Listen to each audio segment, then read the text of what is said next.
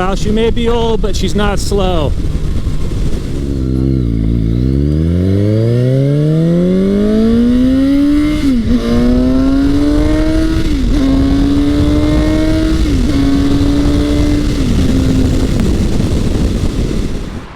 Hi, and welcome to this episode of John's Motorcycle Rescue and Review. Today I'm going to be comparing two of Suzuki's 750cc motorcycles. And the first one is Suzuki's 1982 GS750E. And the 82 750E had a 4-valve cylinder head. It was a 4-cylinder motor. It has chain drive, and it's a U.J.M, a Universal Japanese Motorcycle. And it's really a bike that was designed to do pretty much everything well. It's for the guy who only has one bike in the garage, but wants to be able to tour on it or sport ride as he wishes. And, you know, even commuting and just back and forth to work, or running up and getting ice cream. The Suzuki GS750E it really set the standard. And back in the day, it was best in class. It really handled better, rode nicer, had more power than the rest of the 750cc motorcycles in its class, in its day. And today, we have Suzuki's GSX-S750. This is a 2018 model, and it's also a U.J.M, Universal Japanese Motorcycle. It's the kind of bike that you can just hop on and do any type of riding, and will really do it well, and you'll be comfortable doing it.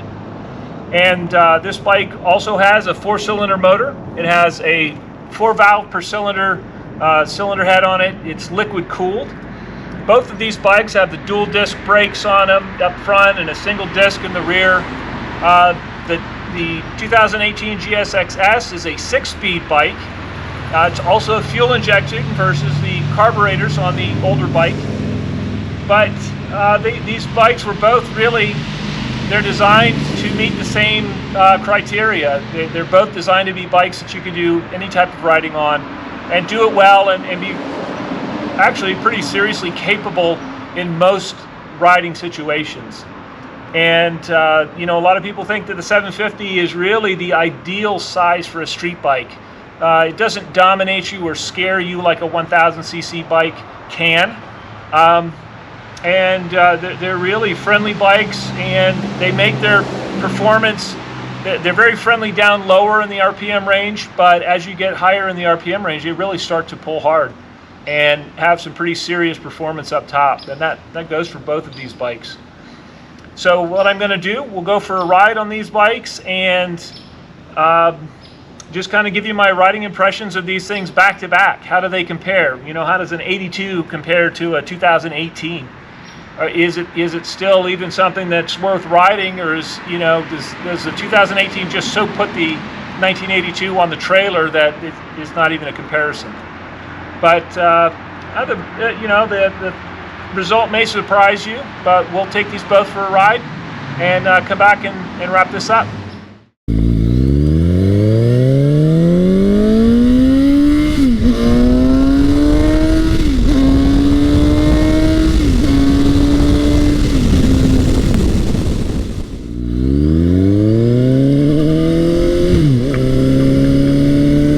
Riding Suzuki's 2018 GSX-S750. And I'm riding this bike back to back with its great grandfather, the 1982 Suzuki GS750E. And really, on paper, if you look at these bikes, there are a lot of similarities. I know they don't look that similar today, but they both have 750cc engines. Both of them are 4-cylinder motors. They're both 16-valve motors. They both are chain drive. They both have very nice shifting transmissions. This bike has adjustable suspension front and back. It's not the air suspension that the 82 has, but this is very well controlled. It's a little bit firmer, and handling wise, this bike handles a lot tighter than the GS750E does. And that's really to be expected. You have tire technology and sizes that really go in the favor of the 2018. I would say comfort-wise,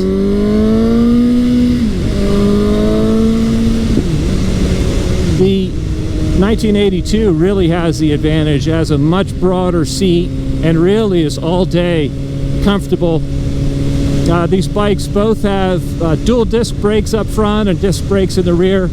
But again, this 2018, just the advances that have been made in braking technology, this bike just stops hard and very well controlled. It's really an improvement over the 1982, and that's really to be expected.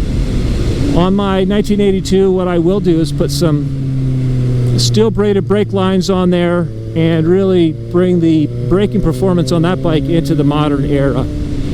General feel between these two bikes is honestly very similar. They're very easy to ride. They're confidence inspiring in the way that they handle. And they both really represent well that mid-range class of bike, the 750.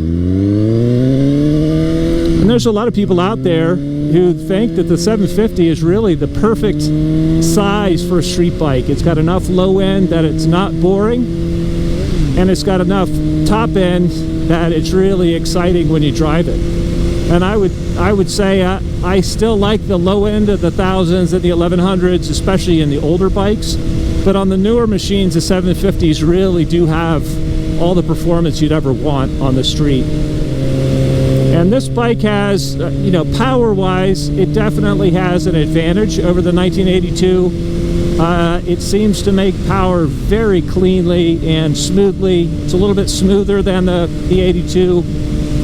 And really, one of the biggest advantages that this bike has is it has a 6-speed transmission, and just that higher gear really makes it feel more relaxed at higher speed. I'm cruising along about 65 miles an hour right now, and it's just driving just under 5,000 RPM and just very, very smooth, very little vibration. The GS750 from Suzuki in 1978, the first generation of that bike, had an 8-valve motor, and it really set the standard for handling.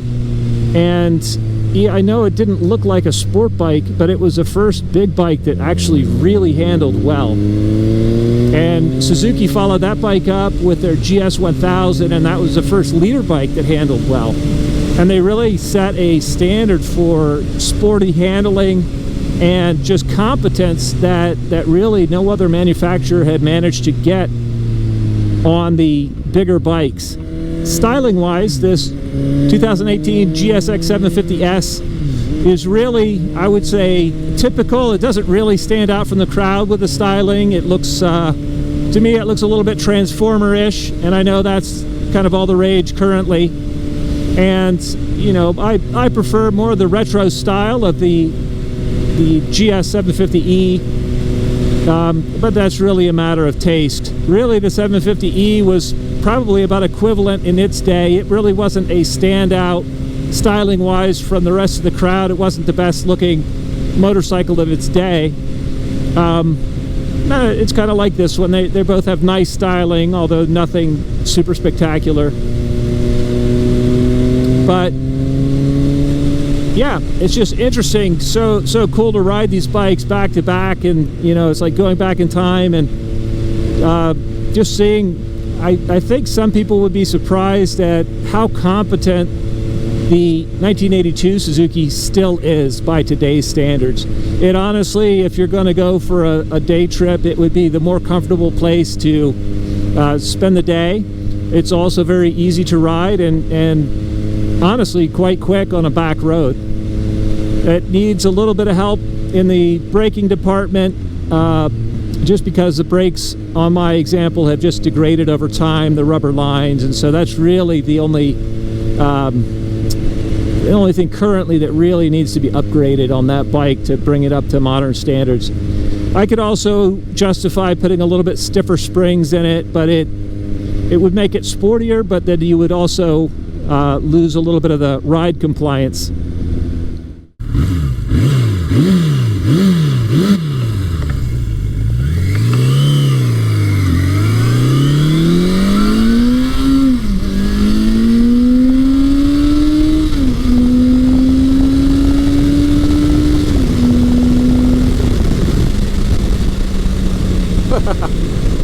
Well, she may be old, but she's not slow. This bike still, even by today's standards, this is not a slow bike. This is Suzuki's GS750E from 1982. And like I say, even though it's a old machine, it still has a 750cc motor in it with 16 valves. And the performance is really nice. It's definitely on par with even some of the 1000cc bikes from the era. And it really gets up and goes, especially once you get it up in the RPM range. And this bike is also just, man, it's a fantastically comfortable machine. It's just really nice. And just any type of riding you want to do, this thing will do it very well. It handles very lightly, very easily. The seat, I just had the seat recovered, and man, is it comfortable.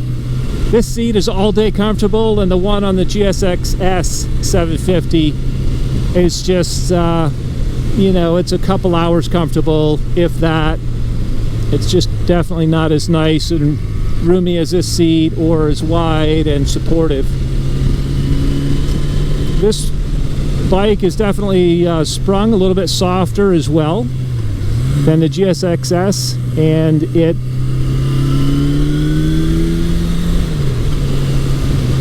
doesn't have quite the, it doesn't have the crispness in the brakes at this point that the newer bike has. This bike, for being as old as it is surprisingly smooth. It really is. There's minimal vibration coming through the bars.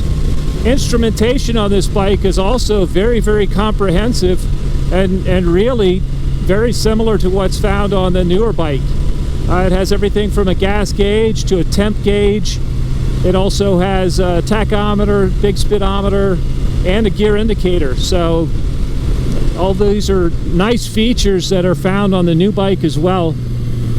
But it's just kind of surprising that's been, you know, around for as long as it has, you know, back in the early 80s.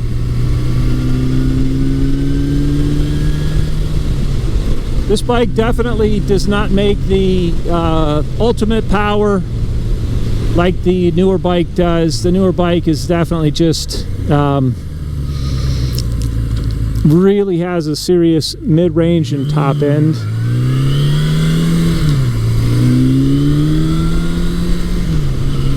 And this bike isn't bad, but you can definitely tell the newer technology, the fuel injection, and just the, you know, computer-aided design that went into the new bike really makes them efficient in the way they make power.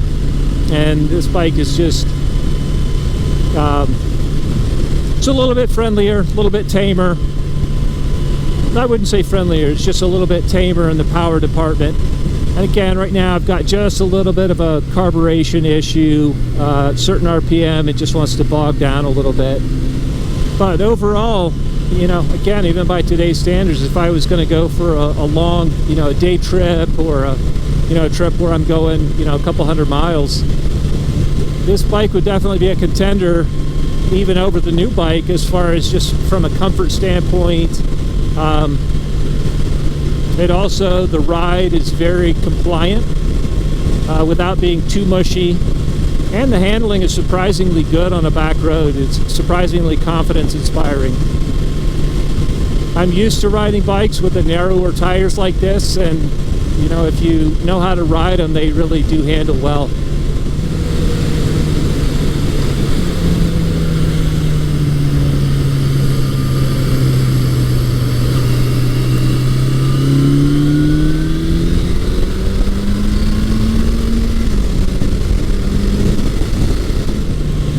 On this bike, as compared to the new bike, the handling and the frame on the new bike is a little bit stiffer, so there is a little bit, you can feel a little bit of give on the frame on this bike, and the suspension and everything.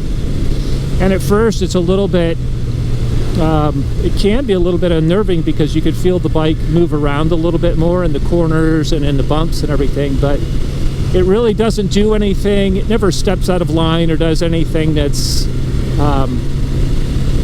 concerning while you're riding it. So it's just a matter of a little bit different feel. It's not as crisp a feel. I think a lot of people would look at the 1982 Suzuki and just write it off as being old and antiquated and, you know, not a capable performer. And, you know, I think it's fun to surprise people like that on the back road. And I like the way I feel like on the older bikes, you know, even the GSX-S750, yeah, in a straight line I could pretty easily push it to its limits, but as far as the handling goes, it really would take a professional rider to push that bike to its limits with the brakes and the handling on a racetrack. And I kind of feel like on the vintage bikes, I feel like it's a little bit more user involvement, and that I feel like I can push it a little bit on the street and actually feel the chassis move around.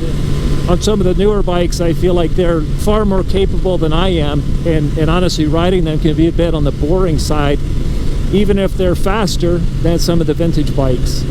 So it's just an interesting dynamic with the feel and everything. All right, so there you have it. Two 750cc Suzukis. Both of them best in class in their day. And man, both of them still just a joy to ride today. It's really surprising how much I enjoy the 82 riding it back-to-back with a 2018. There definitely is some power difference between the two, with the nod certainly going to the newer bike. But the 82 is still exciting to drive. It really does make power towards the top end of the RPM range. And ride-wise, honestly, it's the more comfortable bike. Definitely, you know, it has the big banana seat on it. You know, styling-wise, to me, it looks cool just because it's retro. But, you know, I'm sure to the kids today who think this is what a passenger seat should look like, that looks ridiculous. But I'll tell you which one the passenger would rather sit on for any length of time. Yeah, both of these bikes are just fantastic, and what a fun day just riding them back to back and comparing them, and really, you know, they are representative of best in class for their era, and just both of these just fantastic machines. I hope you enjoyed this comparison, and if you like one of these bikes over the other one, let me know. I'd love to see what your thoughts are, and you know, again, it was just a real treat to do this comparison, and I hope you enjoyed this video. All right, have a great day.